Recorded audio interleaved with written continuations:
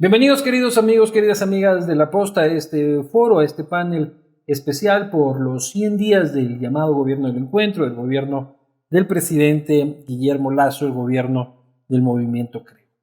Nos hemos convocado aquí esta noche porque el día de mañana se cumplen estos 100 días de lo que es tal vez el giro político más importante de lo que va del siglo en realidad, porque yo vengo diciendo de que desde que pasamos al siglo XXI hemos votado por gobiernos de izquierda todas las veces. Lucio, cuando votamos, era de izquierda, y de ahí una consecuencia de los consecutivos gobiernos de Alianza País. Entonces, el giro político más importante del siglo, ¿cómo va? Se acabó la luna de miel, es lo que trataremos de analizar el día de hoy con un panel de lujo. Nos acompaña aquí Marjorie Chávez, asambleísta por Pichincha del Partido Social Cristiano, el viceministro de Gobernabilidad, Homero Castañer, y el ex candidato a la presidencia de la República, el señor Pedro Freire. Bienvenidos. Muchas gracias. Muchas gracias.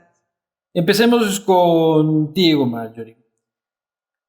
100 días de política complicada. Uno de los capítulos más duros de estos 100 días fue la ruptura con lo que llaman su aliado natural e ideológico, el Partido Social Cristiano, que es el cual tú representas.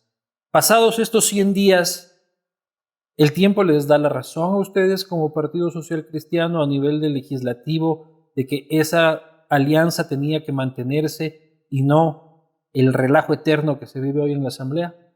Pues efectivamente han pasado 100 días y más allá del primer capítulo que fue turbulento, pues hemos podido evidenciar que se han generado unas mayorías móviles tratando de apuntalar diferentes propuestas, pero que pues lamentablemente han dado paso y que han pasado los 100 días y no se han enviado las propuestas que esperábamos, sobre todo en tema laboral y en tema tributario. Efectivamente, se ha hecho un buen trabajo, hay que reconocer, en el tema de la vacunación, pero ya el discurso de la vacunación se nos va terminando y no es suficiente, ¿verdad? Necesitábamos apuntalar este desarrollo, este crecimiento económico para salir de la crisis en una reforma laboral y en una reforma tributaria que, pues, lamentablemente, por no tener el apoyo, ni siquiera ha sido enviada aún.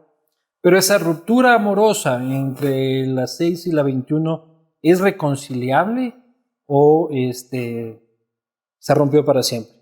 Bueno, nosotros seguimos trabajando en función de nuestros objetivos programáticos. Apoyamos todo lo que sea positivo, independientemente de dónde venga. Entonces, hablar de reconciliación, bueno, digamos, nuestro apoyo va a pasar porque las propuestas que sean enviadas tengan suficiente lucidez, que sean capaces de aglutinar las voluntades de los diferentes partidos políticos y, por supuesto, en nuestro caso, que vayan en función del cumplir el ofrecimiento de campaña. Recordemos que el presidente Lasso ganó con una propuesta de campaña que contenía un 75% de nuestro aporte y nosotros pues estaremos peleando desde el legislativo para que esto se cumpla. Homero, ahí de vecinito, ¿se arrepienten a estas alturas del partido de haber roto con el Partido Social Cristiano? Tú que estás a cargo de las relaciones políticas y ves que Pachacuti, que es una gelatina que la coges y la coges por aquí y aparece por allá, ¿te arrepientes? ¿Se arrepiente el gobierno de esa ruptura? Un saludo, Luis Eduardo, a Marjorie y a Pedro, un gusto compartir este diálogo. Efectivamente, en un escenario político, a lo mejor para llegar a la presidencia de la República aspiraría el presidente llegar con una gran mayoría legislativa, ¿no? Que le permita canalizar sus empeños legislativos, los proyectos de ley, pero eso no se dio, no hubo esa mayoría, había que dialogar con los diferentes sectores, seguimos dialogando con los diferentes sectores. Considero yo que esos roces, esas fricciones, esos posibles distanciamientos son absolutamente reconciliables.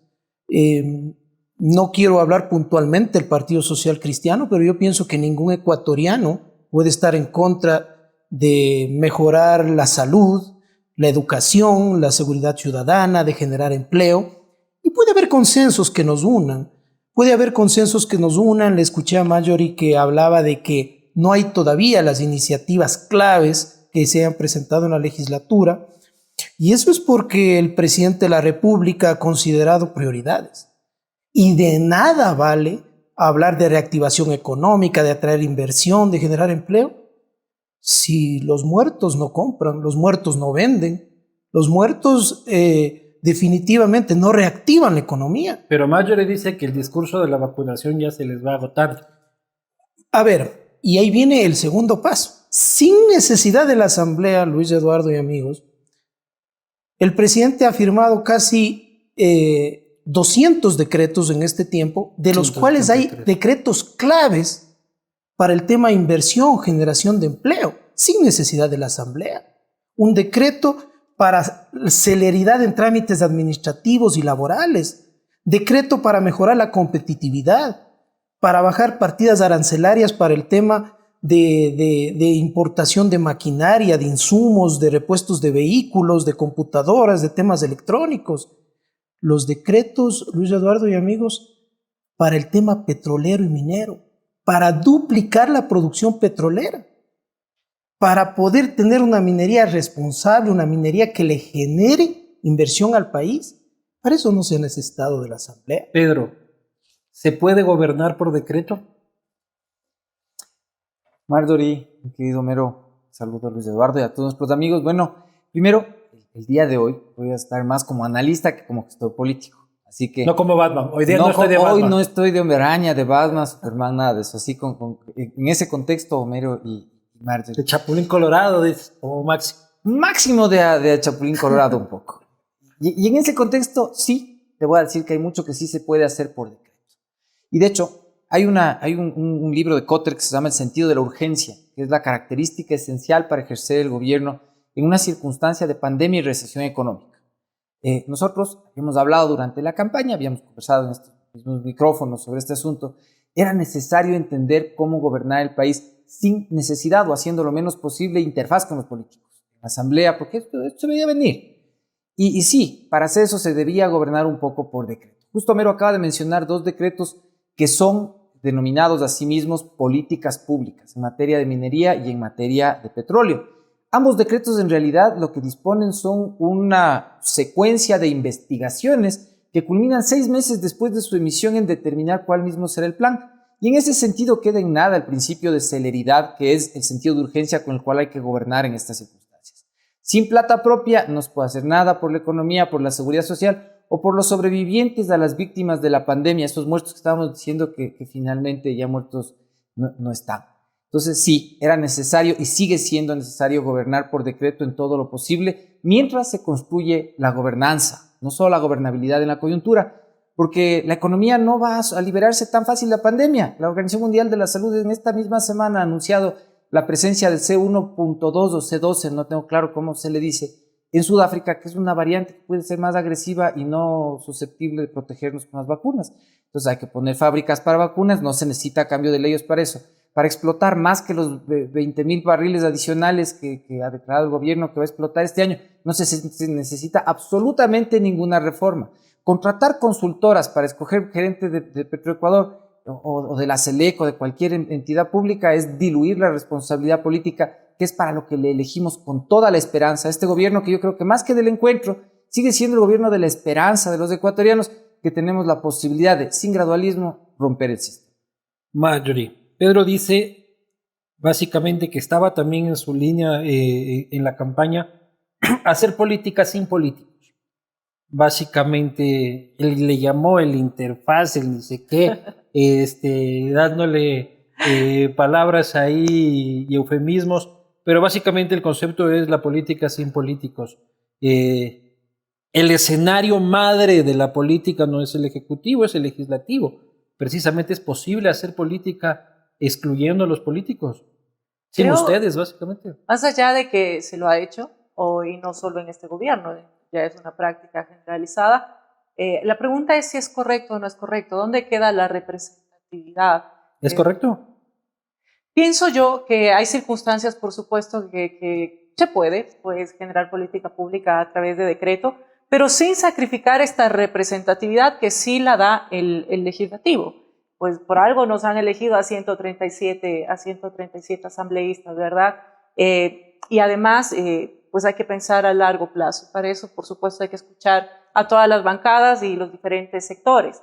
Esperemos pues que esta gobernabilidad que todos entendemos y que todos aspiramos en algún momento a que fluya, pase también por el entendimiento del Ejecutivo de que para cada una de las bancadas esta gobernabilidad es perfecta, siempre y cuando también signifique cumplir nuestros ofrecimientos de campaña. Y hay que tener la sabiduría suficiente para pues, que no sean excluyentes.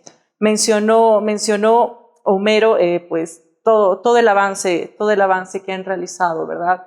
Pero en realidad hay que ver si la ciudadanía se siente identificada con ello, porque justamente es en el legislativo donde se debaten estas propuestas. Lo que ve la gente con preocupación es que vamos 3 meses y ya empiezan a salir dentro del legislativo. Y te pido tu opinión como legisladora, evidentemente tu nombre no está manchado en esos escándalos, pero la ciudadanía un poco como que es la asamblea para ellos. Y vemos que vamos a los 3 meses recién y ya están, a mí me ofrecieron, que a mí me pusieron, que yo pongo acá, que dónde está, y que es algo que afecta al legislativo, pero también sobre todo al ejecutivo, pero como el ejecutivo está más de moda que el legislativo, es hacha legislativo, estamos otra vez ante una asamblea del reparto, ante la gobernabilidad que tú hablas, basada no en acuerdos programáticos, sino te puse al primo en la gobernación y al cuñado en la SELEC.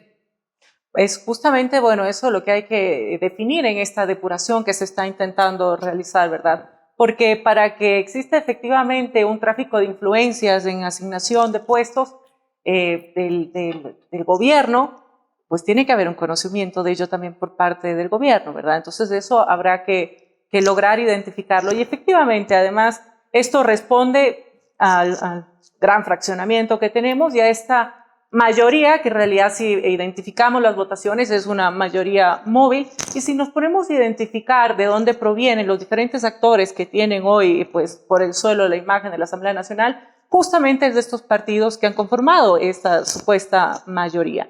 Entonces eso habrá que analizarlo. Entiendo yo que diferentes partidos han mostrado su responsabilidad respecto a esta autodepuración. En el Comité de Ética estamos trabajando en ello y esperemos pues que dejen de existir estos comportamientos que constriñen la ética pública y que sí le den la importancia. Recordemos que cuando yo quise abordar el tema de la importancia de la ética en el Pleno de la Asamblea Nacional, pues por los pasillos hasta me amenazaron en algún momento. ¿Quién? Pues es el momento. Me amenazaron, me dijeron que me iban a hacer lo mismo y pues dijeron que no era importante. Y 92, la amenaza era que si es que denunciaba la iban a fiscalizar, la iban a perseguir. Que me iban a hacer lo mismo en el sentido de pedirme a mí también la renuncia por algún motivo. Entonces, bueno, recordemos que una resolución es un pronunciamiento político, no es vinculante, pero sí muestra una posición política clara del legislativo frente a un hecho pues que tiene indignada, hasta el día de hoy tiene indignada a la ciudadanía. Pero 92 asambleístas me dijeron que no era necesario. Pero le pidieron que no haga ¿qué exactamente? Pedirle la renuncia. Y lo hizo. Bueno, yo intenté hacerlo a través del Pleno, pero 92 asambleístas no estuvieron de acuerdo. Homero, estas mayorías que también de forma muy educada, Mayor le llama móviles, pero son pegadas con babitas, es la palabra técnica. Estamos otra vez ante una política del reparto o de la troncha, de te pongo al sobrino aquí y al primo allá para poder conseguir mayorías, que es algo que criticamos muchísimo en la asamblea anterior de la que tú formaste parte y en la que con tu voto incluso se censuró varias veces en la asamblea, incluso se destituyó a la entonces ministra de Gobierno María Paula Romo. Efectivamente. O una cosa es con charango y otra con guitarra, que ahora ya como gobierno se nota que hay que poner al primo. No. El discurso tiene que mantenerse y uno tiene que ser coherente, ¿no? Les decía en mi último discurso cuando estuve en la Asamblea Nacional, como entramos, terminamos. Chuitas, como se dice, ¿no? Y Ahora no se puede cambiar de parecer. Y la ministra de Gobierno, la ministra Alexandra Vela, ha sido clarísima y es de una rectitud absoluta en ese sentido. La ley y la Constitución es clara. Los legisladores no pueden gestionar cargos públicos ni partidas presupuestarias. Y nosotros vamos a ser coherentes en ese discurso. Y si hay legisladores que están gestionando cargos públicos, bueno, la Asamblea Nacional tiene su mecanismo de fiscalización interno. Se reformó en la última ley orgánica de la función legislativa. Tiene que activarse ese comité de ética, tienen que hacerse las investigaciones. Y lamento que en este poco tiempo de funcionamiento de la Asamblea haya esos escándalos, haya esa situación de que estén inmersos varios asambleístas. Nosotros seguiremos por la línea. Pero son alucinaciones de estos asambleístas. Nadie les ha ofrecido nada en el Ejecutivo. Mire, yo hablo... Es un poco inverosímil, ¿no? Yo hablo Con a todo título respeto. personal y de lo que se vive en el Ministerio de Gobierno. Absolutamente no ha habido ningún tema. Que el reparto dicen que ha sido en el de transporte, mi hermano. Estás equivocado de ministerio, entonces tienes que ir a averiguar en el otro. Tengo yo el mejor de los conceptos del equipo de trabajo del presidente Guillermo Lasso en todas las áreas, la capacidad de los ministros, algunos muy técnicos, otras personas tal vez poco políticos, pero muy técnicos, y no se diga en el Ministerio de Transporte, en donde está un gran ejecutor con gran experiencia como Marcelo Cabrera. De allí, la Asamblea tiene una responsabilidad. Y algo más, Luis Eduardo, y amigos. Aquí también tiene que hacer un mea culpa a la ciudadanía que puso a legisladores o que eligió a legisladores que en vez de venir a representar con orgullo, con dignidad a sus mandantes, a lo mejor buscan la manera de hacer Decía cosas yo en una columna incorrectas. el domingo de que también es culpa de nosotros por elegir ese tipo de políticos. Marjorie decía claramente de que todavía no llegan a la Asamblea dos leyes fundamentales para el futuro económico del país. Una vez que pase la vacunación, la gente ya está donde está mi camello. Y son dos. Son la nueva ley laboral y la reforma tributaria.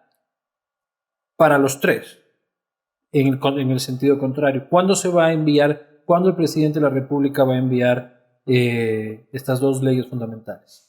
Bueno, yo no podría dar una fecha. Se están preparando en la Secretaría Jurídica de la Presidencia leyes importantísimas, como tú lo mencionas, 7 de cada 10 ecuatorianos no tienen un empleo formal. Necesitamos nosotros la posibilidad de generar oportunidades a quien no tiene.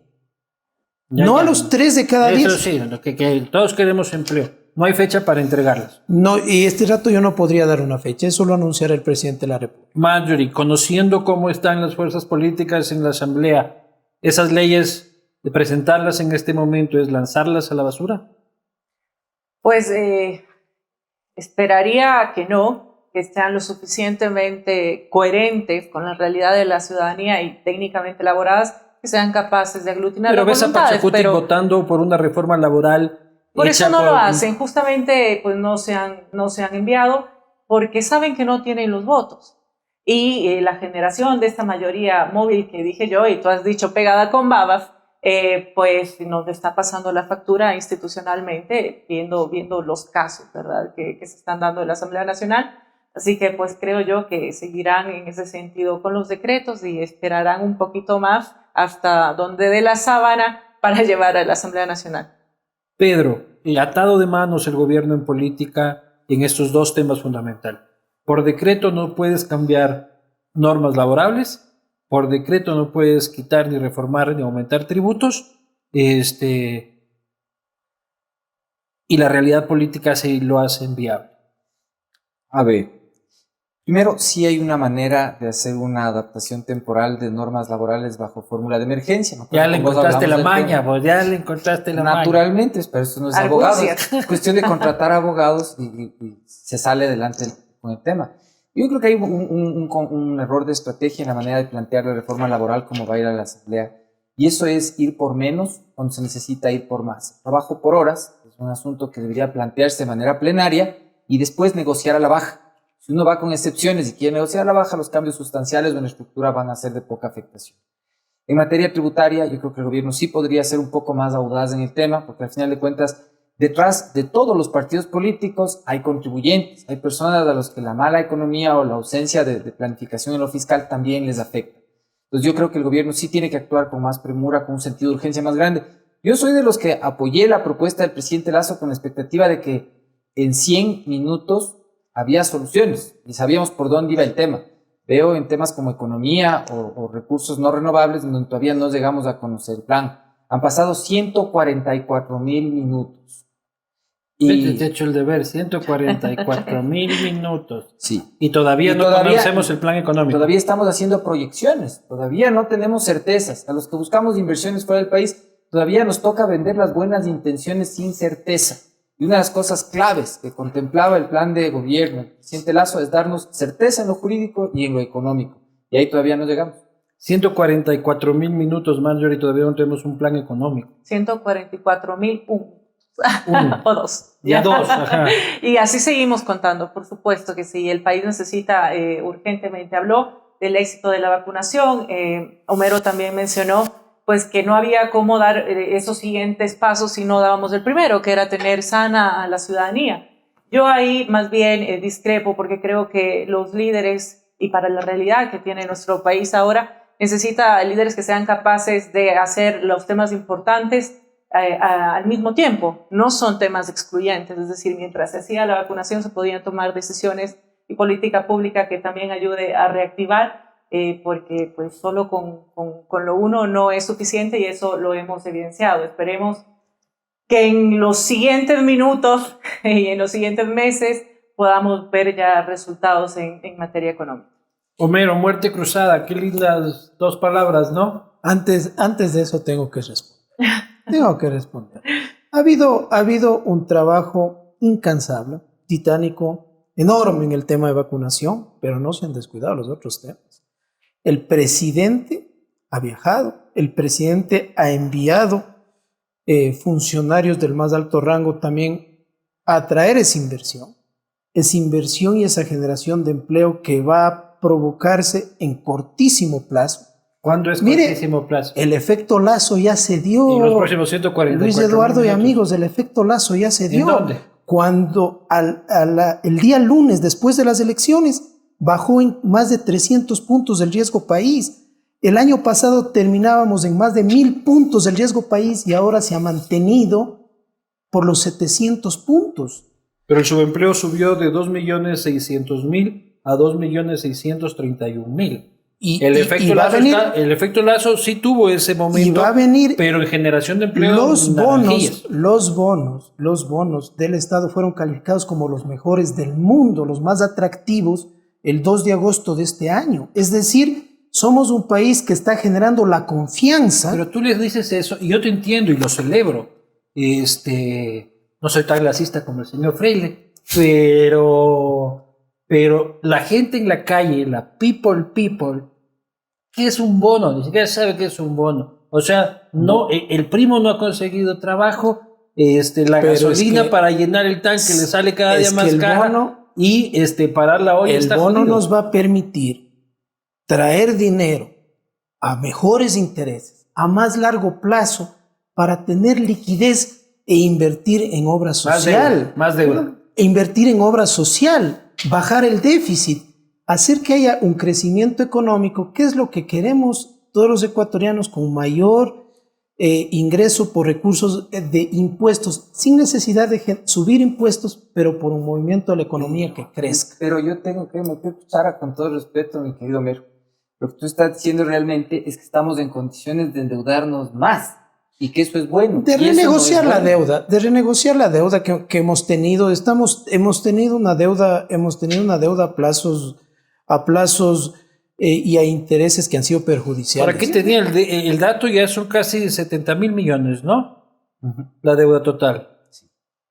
Y sería bueno, perdón que interrumpa, conjugar en presente, no seguir hablando en futuro.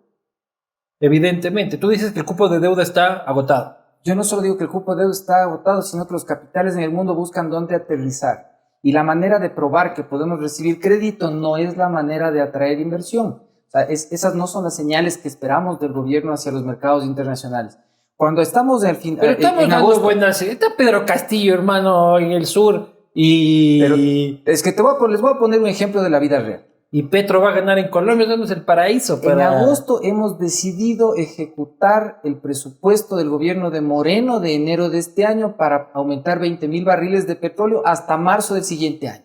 Presentado 15 minutos antes de que cierre la ventanilla. Eso quiere decir, eso no es una buena señal para los inversionistas, lo que quiere decir es que aquí no estamos trabajando. Aquí, para que la gobernabilidad funcione, yo creo que sí tiene que evaluarse hacia adentro. Una crisis de gobernabilidad también. ¿Con quién está gobernando el gobierno del presidente Lasso? Yo veo que aquí hay una capa media de funcionarios del gobierno de Moreno que son los que toman las decisiones en lo económico y en lo estratégico. El morenismo sigue gobernando, ¿no? Dice acá Pedro. Bueno, si revisamos los perfiles, efectivamente podríamos encontrar muchas caras. Y cuando estaba Moreno decíamos que cromos estaba el repetidos, correísmo. decíamos nosotros cuando llenábamos el álbum, ¿verdad? Vemos muchos cromos repetidos, pues, y con prácticas repetidas. Lo importante sería ver, pues, un resultado diferente y esperemos que en el corto y mediano plazo podamos tener. Se les complicó llenar equipo, ¿no? Ya cuando llegaron al gobierno se dieron cuenta que han habido más vacantes de las que preveían. A ver, Tuvieron que ratificar en minas y petróleos, tuvieron que ratificar el servicio de rentas internas, tuvieron que ratificar el comité de operaciones de emergencias.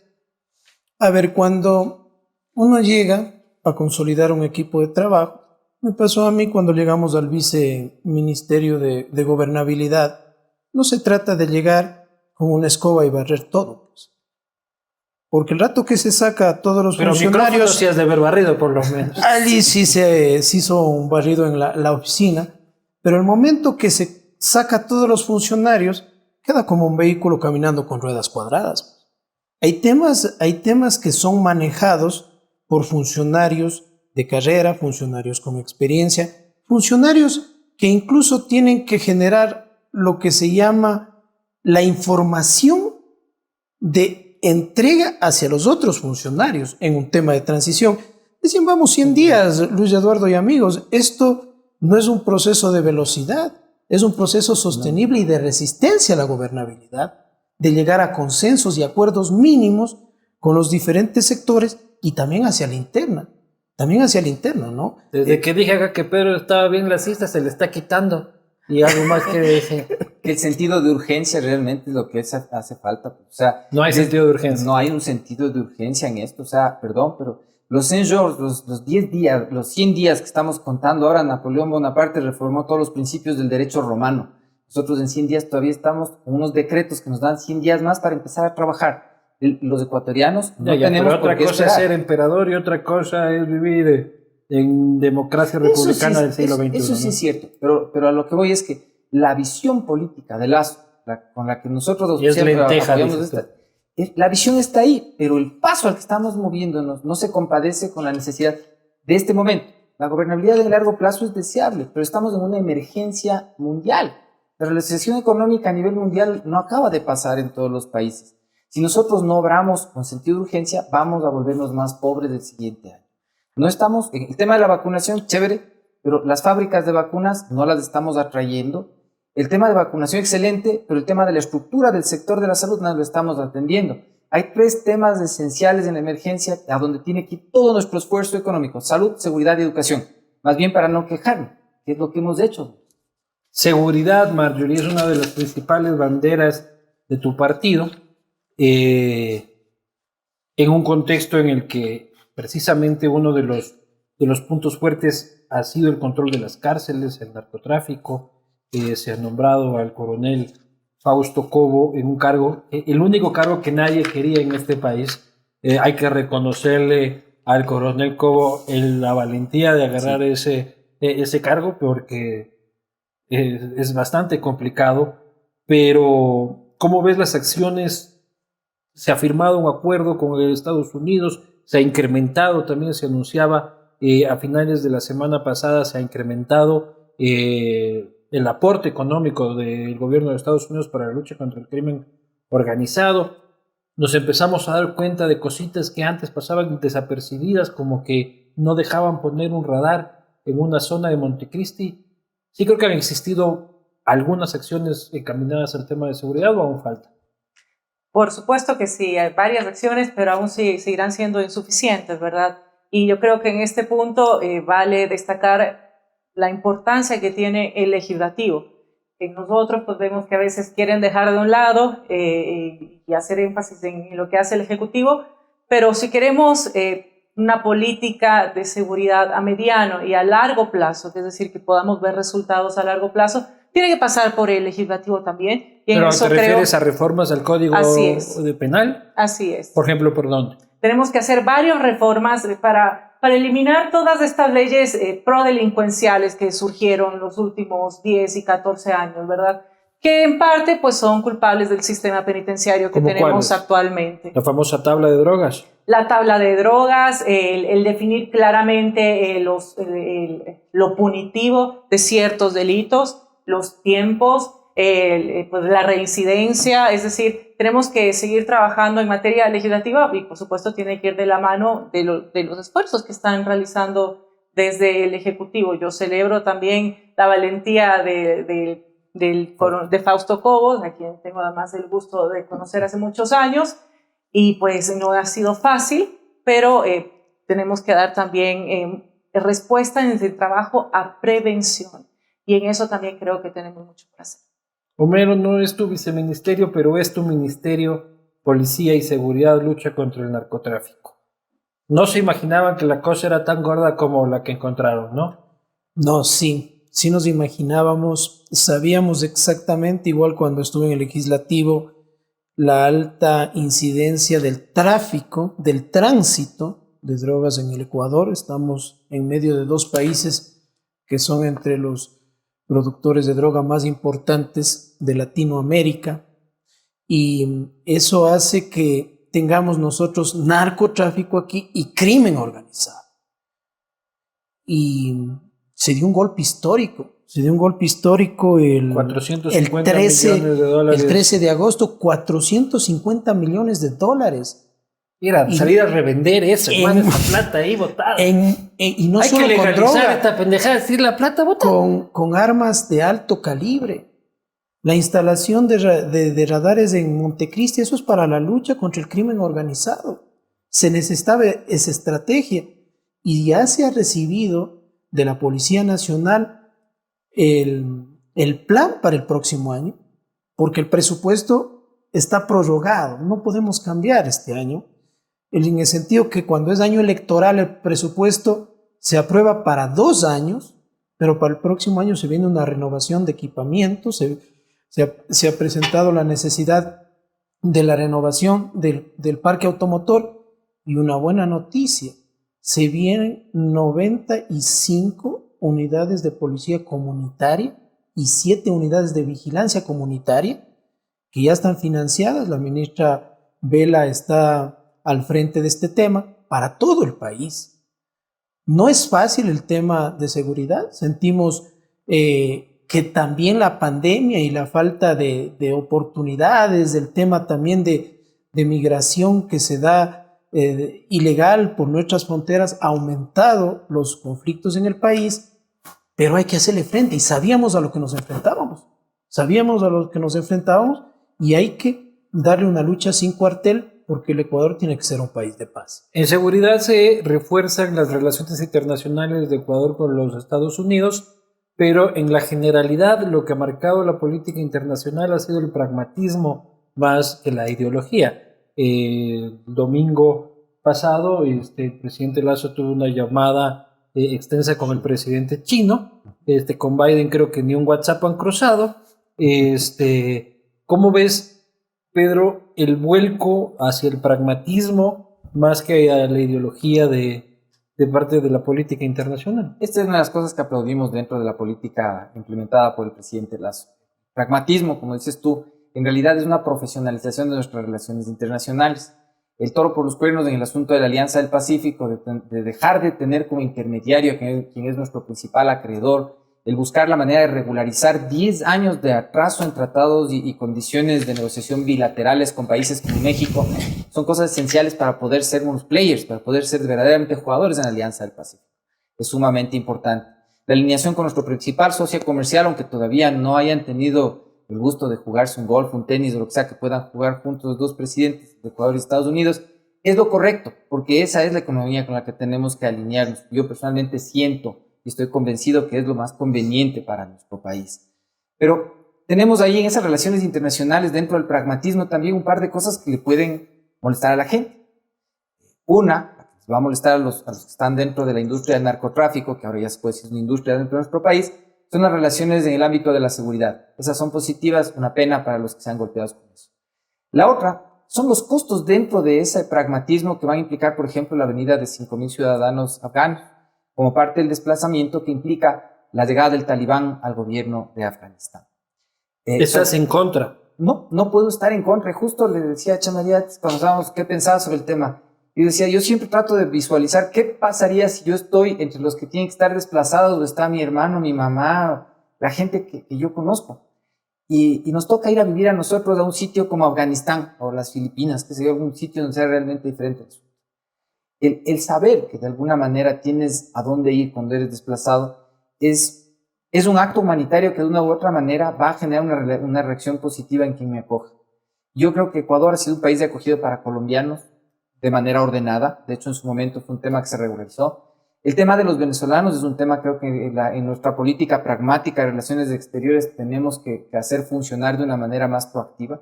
Y creo que el tema de los afganos es importante dentro del ámbito de la cooperación con los Estados Unidos, que implique una posibilidad para tratar también el asunto de cerca de 20.000 ecuatorianos que están en la frontera sur de los Estados Unidos, viendo si que logran pasarse el Río Grande. Entonces, hay que buscarle la oportunidad para nuestra propia gente, tratando de ser positivos con quienes lo necesitan.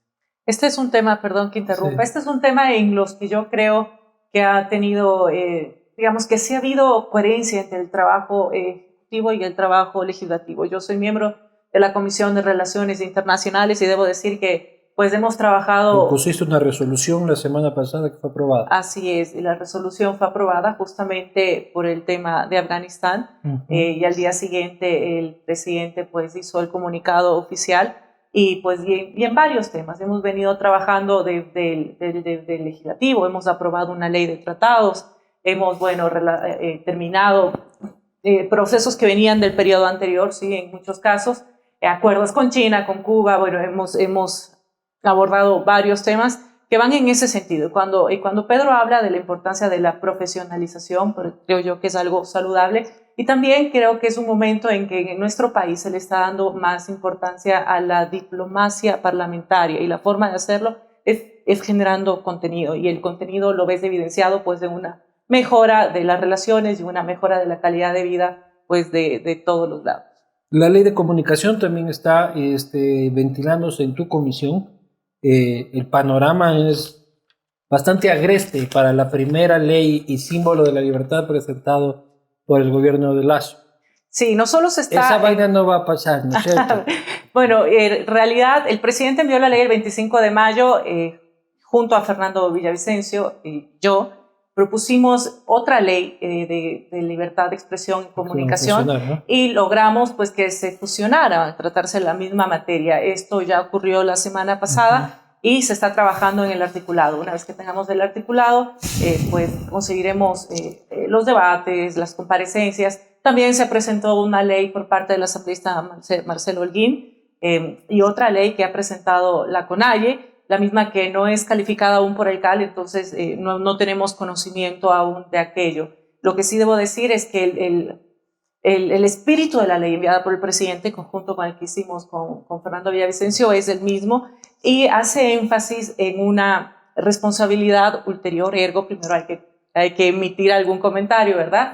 Y en la autorregulación. Creo yo que el país sí está listo para ello. Es difícil, es complejo, justamente en estos temas que van transversalizados por la ideología, es donde más controversias puede haber, pero pues espero que el debate de los asambleístas ayude a tener un cuerpo normativo que sea lo suficientemente bueno para tener la voluntad del Pleno y definitivamente dejar a un lado esta ley Mordaza, pues que ha tenido un resultado nefasto para la comunicación, como tú bien conoces. Homero, ¿quién es la oposición? Eso es algo que todavía no logro definir. Y no quiero que me digas la oposición, son el hambre y la necesidad, ¿ya?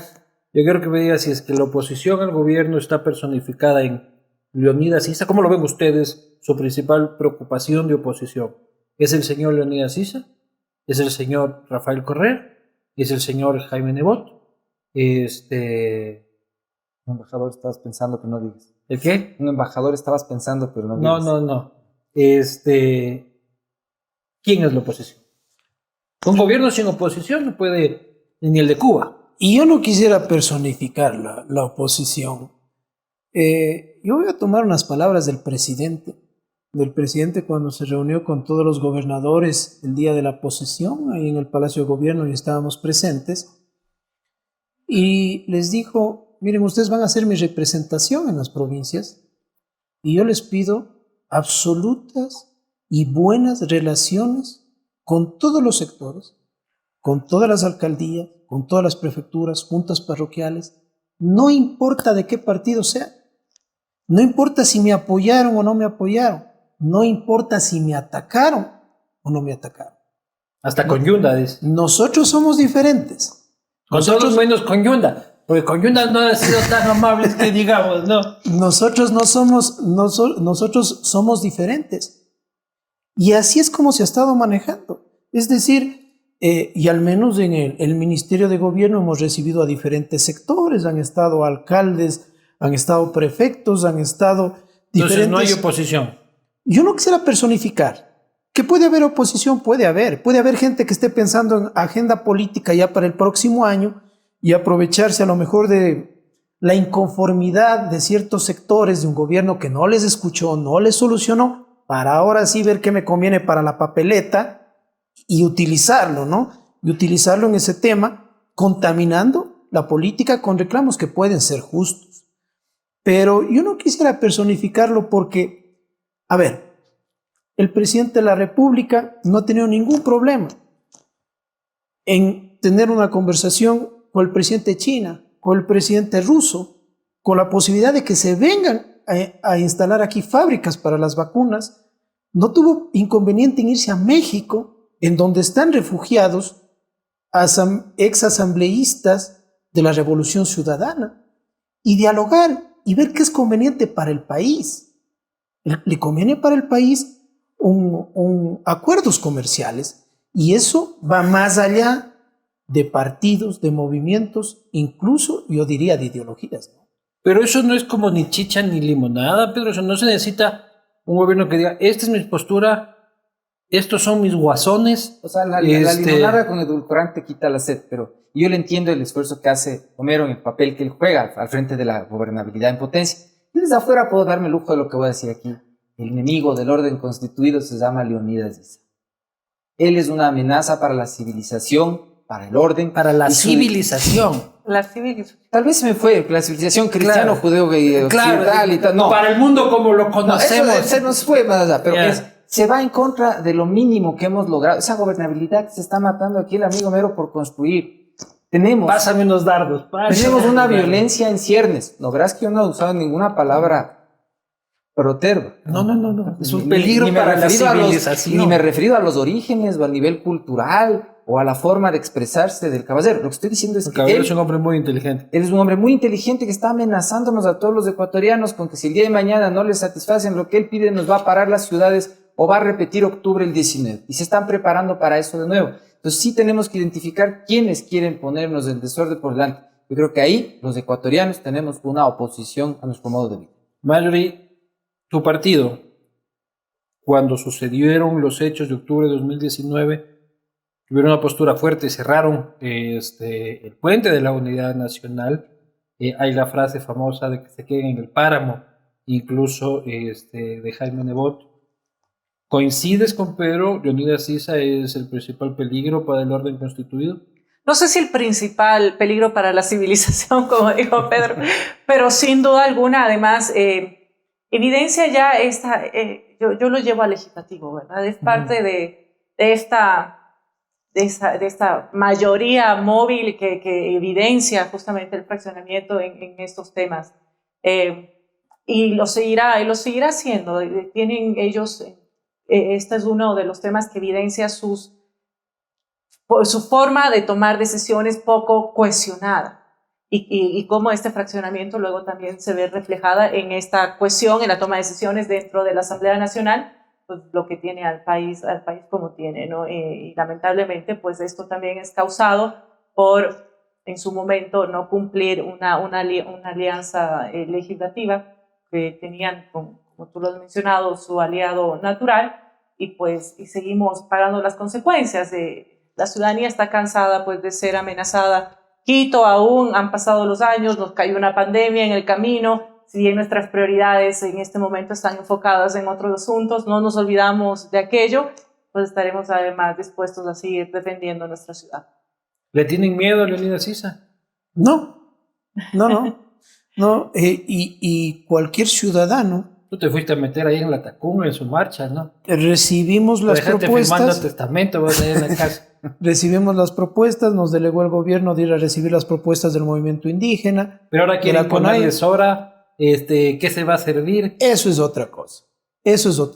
El momento que hay un diálogo en donde cordialmente se les invita como a todos los sectores sociales y ya se ponen condicionamientos o se ponen presiones para que ese diálogo sea bajo ciertos escenarios que no son necesariamente diálogos sensatos, diálogos sin posiciones radicales, ahí ya no funciona, ¿no? No nos podemos sentar en una mesa a dialogar todos con el cuchillo entre los dientes, pues. Los diálogos tienen que ser con sentido común y no con posiciones radicales. Y yo no quisiera decir que le tengamos miedo, pero eso sí, tenemos que ser claros. Cualquier ciudadano ecuatoriano que quiera cautizar el país, que violente la ley, que cometa excesos que ya vayan a generar caos en el país, tiene que ser sancionado por lo que manda.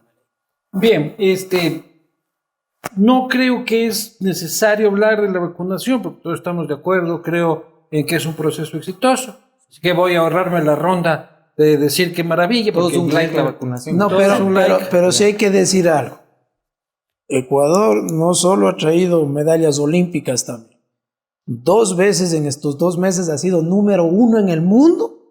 En ritmo de vacunación. En ritmo de vacunación según el número de habitantes. No, eso sin duda. Y eso merece un aplauso del panel también. Pues. No, y además lo interesante es cómo puedes pasar del último puesto al primero, sí. Solo mejorando quienes gestionan, ¿no? Entonces, evidentemente es un éxito enorme, es un éxito que nos permite estar aquí sentados con seguridad y que la economía de a poco trate por lo menos de activarse. Una calificación del 1 al 10 a los 100 días de Lazo. Del 1 al 10. Yo diría que dadas las circunstancias, comenzaré primero después de razonar así brevemente. Yo diría que sí tiene un 7. No le puedo dar... Está medio bajo. Le doy 7 simplemente tomando como referencia el plan de gobierno del mismo Lazo. Si de pronto simplemente juzgáramos las acciones de gobierno de una manera inconexa, podría tener una calificación más alta, pero la verdad es que al gobierno hay que medirle por la efectividad de los resultados de acuerdo a sus propias propuestas en el tiempo en el cual se están ejecutando. 7 es una nota justa, la cual el gobierno puede mejorar y puede mejorar para comenzar este mismo año replanteando los términos de la siguiente proforma presupuestaria. Marjorie, del 1 al 10. Yo en realidad no soy tan optimista, soy una maestra un poco más estricta y yo lo pondría en un 6. En realidad se ha avanzado en vacunación, pero son 100 días en donde más de la vacunación no vemos nada en concreto. Homero, te pongo en una situación compleja. No es compleja, pues no puedo ser imparcial, soy parte del gobierno. Estamos tratando de dar los pasos correctos, estamos tratando de que sea un gobierno que pase a la historia en Pero el buen póngale 10 sentido. al jefe, póngale 10 al jefe. Pero es que hay que ponerle 10, pues. 10 al Hay que jefe, ponerle 10, hay que ponerle 10 por todo lo que se ha generado y más que nada por algo que a lo mejor no se puede medir en estadísticas, pero es muy importante. Y para mí ese es el índice de aceptación que tiene el presidente, que es el cumplimiento de la palabra. Pregúntele al de Bochis que está de acuerdo. No solo los políticos, lo más valioso que tenemos los ciudadanos es cumplir la palabra. Y el presidente está cumpliendo lo que ha ofrecido hasta el día de hoy, desde que se posesionó. No sé si puedo tomar la palabra porque realmente me siento afectada. Sin duda alguna, la credibilidad es la base del sistema, de la legalidad del sistema político. Y yo creo que lamentablemente eso se perdió en los primeros días del legislativo. Y las consecuencias pues, han sido tan graves que las vemos en el día a día, ¿verdad? Yo pues entiendo que no pueda ser objetivo, pero pues decir en un 10% cuando hay que tener un poquito de empatía con la ciudadanía. Basta hacerle la misma pregunta, Luis, a 10 ciudadanos en la calle a ver qué nos responden. Y no podemos estar diametralmente en contra de lo que la ciudadanía piensa y realmente yo creo que aún ha faltado mucho porque las mejoras, ojalá se vean en el futuro, pues aún no se ven reflejadas en la calidad de vida de la ciudadanía. Lo que no se ha perdido es la esperanza. Es que nos roben todo menos la esperanza, dices tú. Yo le pongo 8 y el promedio general de este foro es 7.75 sobre 10, con lo cual pasa la elección. Pasa. No se quedó supletorio. Pero no es el más norio, no es el más norio de la clase. Quiero agradecerles muchísimo por su participación, combinarles a frecuentar y aportar a la ciudadanía a través de este modesto medio de comunicación. Siempre las puertas están abiertas, como saben.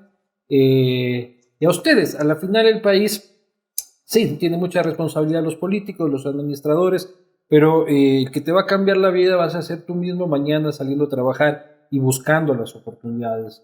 No va a venir el gobierno a golpear tu puerta y decirte hay un trabajo en la esquina, tienes que buscar, tienes que emprender, si bien tienen que darte las facilidades. Este país lo cambiamos todo. Sobre la política, 1000 cosas todavía por mejorar, 1000 cosas por entender. Yo he dicho en muchas ocasiones que me preocupa a veces la miopía política del gobierno, que creo que en algunos casos podría complicarle en relación a un inicio a no identificar el potencial peligro que era y que es la fuerza de choque de la CONAIE encabezada por el señor Leonidas Sisa. También conmino a las fuerzas políticas a restablecer el diálogo. Yo creo que esto puede ser popular o no puede ser popular, pero creo que la reconciliación Partido Social Cristiano, Movimiento Creo, es necesaria para este país. Creo que tienen que dejar de lado asuntos particulares. Creo que la única forma de salir del entuerto legislativo en el que nos encontramos es el restablecimiento de esa alianza transparente, programática,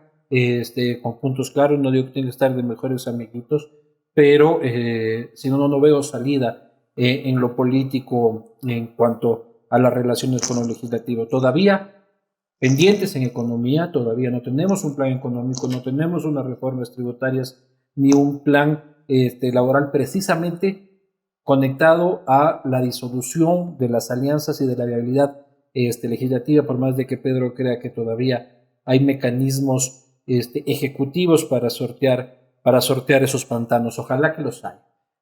Hasta que los haya, tratemos de reconciliar la política entre los que tenemos un objetivo claro, que el objetivo claro es sacar adelante el país. Hay muy pocos que se pueden beneficiar del caos de este gobierno y sabemos quiénes son. Y contra eso es contra lo que hay que luchar. 100 días estaremos aquí, aquí estamos analizando todos los días, pero cuando la efeméride así lo requiera. Muchísimas gracias, nos vemos la próxima. Gracias.